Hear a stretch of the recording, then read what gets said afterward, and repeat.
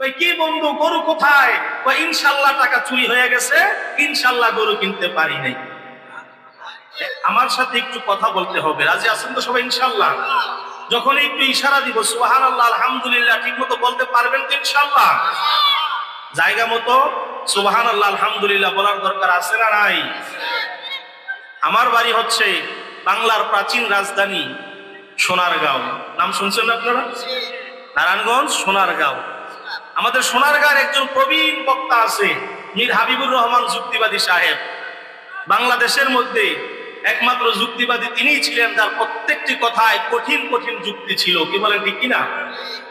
তার এক বয়ানের একটি অংশ আপনাদের সামনে আমি পেশ করতেছি। তিনি তার আলোচনার মধ্যে ঠিক এই কথাটা বলতে গিয়া বুঝাইতেছে যে জায়গা মতো সুবহানাল্লাহ, জায়গা মতো আলহামদুলিল্লাহ না বললে যে কত লস, কত ক্ষতি, এইটা বোঝানোর জন্য তিনি একটা উদাহরণ দিলেন। উদাহরণটা হলো, এক লোক বাজারে যাইতেছে গরু কেনার জন্য। কি কেনার জন্য? গরু কেনার জন্য। তো রাস্তার মাঝখানে আরেক বন্ধু জিজ্ঞাসা করে, বন্ধু কোথায় যাও? বাজারে যাই গরু কেনার জন্য।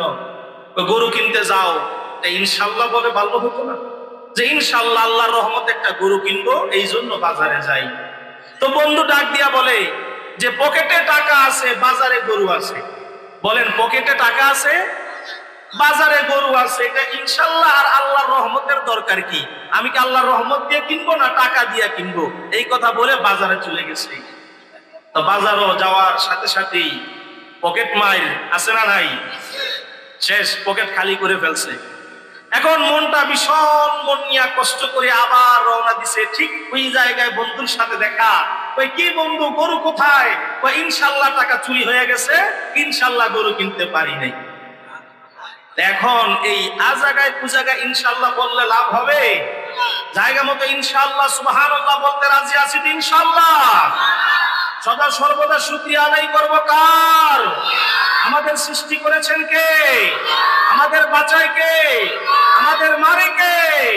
আমাদের এই পৃথিবীর মধ্যে সুখ শান্তি দান করে কে? দু চোখ ভরে স্বপ্ন দিলে, বেঁচে থাকার আশা দিলে। দু চোখ ভরে স্বপ্ন দিলে, বেঁচে থাকার আশা দিলে। ফুলে ফলে সাজিয়ে দিলে, ফুলে ফলে সাজিয়ে দিলে।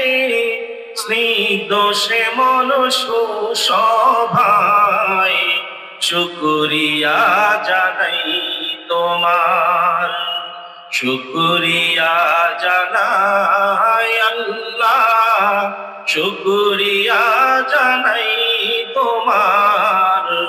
অসহায় বান্দা মোরা বেঁচে আছি তোমার দয়ায়। ঠিক কিনা? তো বলেন না আমার সাথে, শুকরিয়া জানাই আল্লাহ, শুকরিয়া জানাই তোমার। অসহায় বান্দা মোরা বেঁচে আছি তোমার দয়ায়। এক সেকেন্ডের জন্য আপনি আমি দুনিয়ার মধ্যে থাকতে পারবো না, বাঁচতে পারবো না, যদি আমার আল্লাহর রহমত না থাকে। ঠিক কিনা? এই জন্য আল্লাহ সুবহানাহু ওয়া তাআলা আমাদেরকে জানিয়ে দিয়েছেন, আল্লাহু আলা কুল্লি শাইইন কাদির। ও বান্দা শোনো শোনো শোনো, তোমার জীবনের প্রতিটি ক্ষেত্রে, পৃথিবীর প্রতিটি ক্ষেত্রে, তামাম জগতের প্রতিটি ক্ষেত্রে সর্বশক্তিমান হলাম আমি আল্লাহ। কে? আমি আল্লাহ সর্বশক্তিমান। আমার চাইতে বড় আর কেউ নাই, আমার চাইতে শক্তিশালী আর কেউ নাই, আমার চাইতে ক্ষমতাবান আর কেউ নাই। দুনিয়ার মধ্যে ক্ষণস্থায়ী ক্ষমতা পেয়ে, দুনিয়ার মধ্যে ক্ষণস্থায়ী দায়িত্ব পাওয়ার পরে নিজেকে যে তুমি বাহাদুরি মনে করো, নিজেকে অনেক বড় পাওয়ারফুল মনে করো, রে বান্দা মনে রেখো, আমি আল্লাহ ইচ্ছা করলে মুহূর্তের মধ্যে তোমাকেও আমি আল্লাহ পতন ঘটাইতে পারে কি পারে না? আল্লাহ সুবহানাহু ওয়া তাআলা আমাদেরকে জানিয়ে দিতেছে, বান্দা শোনো শোনো শোনো, তুমি শোনো, নিজেকে অনেক বড় বাহাদুরি মনে করো না। আমি কিন্তু তোমাকে দুর্বল করে বানিয়েছি। খলিকাল ইনসানা যায়ীফা, আল্লাহ সুবহানাহু ওয়া তাআলা মানুষদেরকে একেবারে দুর্বল করে বানিয়েছে, ঠিক কিনা? আমরা একেবারেই দুর্বল। যদিও বর্তমান সময়ে ক্ষমতার পাওয়ার পেয়ে, টাকার পাওয়ার পেয়ে নিজেকে অনেক বড় ক্ষমতাশীল মনে করি, কি বলেন ঠিক কিনা? আর বর্তমান সময়ে টাকা আছে যার, ক্ষমতা আছে তার। টাকা আছে যার, ক্ষমতা আছে তার। আমরা তাদের হাতেই ক্ষমতা দিয়ে দেই। আমরা যোগ্য ব্যক্তিদেরকে নির্বাচন করি না। এই টাকা সে সুদের কারবারি করলো না ঘুষের কারবারি করলো, অন্যের উপর জুলুম করে করলো না নির্যাতন করে করলো, এইটা আমরা দেখতে চাই না। আমরা শুধু দেখি অমুক ব্যক্তির টাকা আছে, মেম্বার বানাইলে তারই বানাও, তার টাকা আছে চেয়ারম্যান বানাইলে তারই বানাও, তার টাকা আছে সভাপতি বানাইলে মসজিদের সভাপতি ওই সুদখোর টাকাওয়ালাকেই বানাও, কি বলেন ঠিক কিনা? সুদ কি হালাল না হারাম? এলাকায় কি আছে? হ্যাঁ, ইন্না লিল্লাহ। গ্রামের সৎ সরল মানুষ আপনারা, আল্লাহর হাবিবের ঘোষণা অনুযায়ী শহরের চাইতে গ্রামের মানুষগুলো আগে আগে জান্নাতে যাবে, সুবহানাল্লাহ। কারণ গ্রামের মানুষগুলো তারা খেটে খেয়ে পরিশ্রম করে তারপর তাদের দিন যাপন করে। তারা পরিশ্রম করার পরেও আজকে সারাদিন এত পরিশ্রম করে এই রাত্রের শীতের বেলা আপনারা এখানে বসে আছেন চাতক পাখির মতো কোরআন হাদিসের আলোচনা শোনার জন্য। আল্লাহ সুবহানাহু ওয়া তাআলা আপনাদেরকে আগে জান্নাতের মধ্যে দিবে, কিন্তু এখন সুদের কারবারি গ্রামের চাইতে শহরের চাইতে গ্রামেও কম না বেশি? আমার এক উস্তাদ বলতো যে টাকা কা বাচ্চা খাইতে বহুত আচ্ছা। সুদের টাকায় কি বাচ্চা দেয় না? রাগ করতেছেন? সুদের ওয়াজ করলে কি রাগ করেন? এটা কি আমার কথা? সুদের কথা কি আমার? আবার এক শ্রেণীর লোক আছে, জিজ্ঞাসা করে, ভাই আপনি কি করেন? আমি সুদের ব্যবসা করি। নাউজুবিল্লাহ। আছে না নাই? সুদকে কি আল্লাহ ব্যবসা বলছে? আল্লাহ তাআলা কোরআনে বলছে আমি সুদকে হারাম করেছি আর ব্যবসাকে হালাল করেছি, কি বলেন ঠিক কিনা? তা আপনি বলতেছেন আমি সুদের ব্যবসা করি, আর সুদ কি ব্যবসা নাকি? আল্লাহ বললো আমি ব্যবসাকে করেছি হালাল আর সুদকে করেছি হারাম, আর আপনি সিনা ফুলে বলেন আমি সুদের ব্যবসা করি।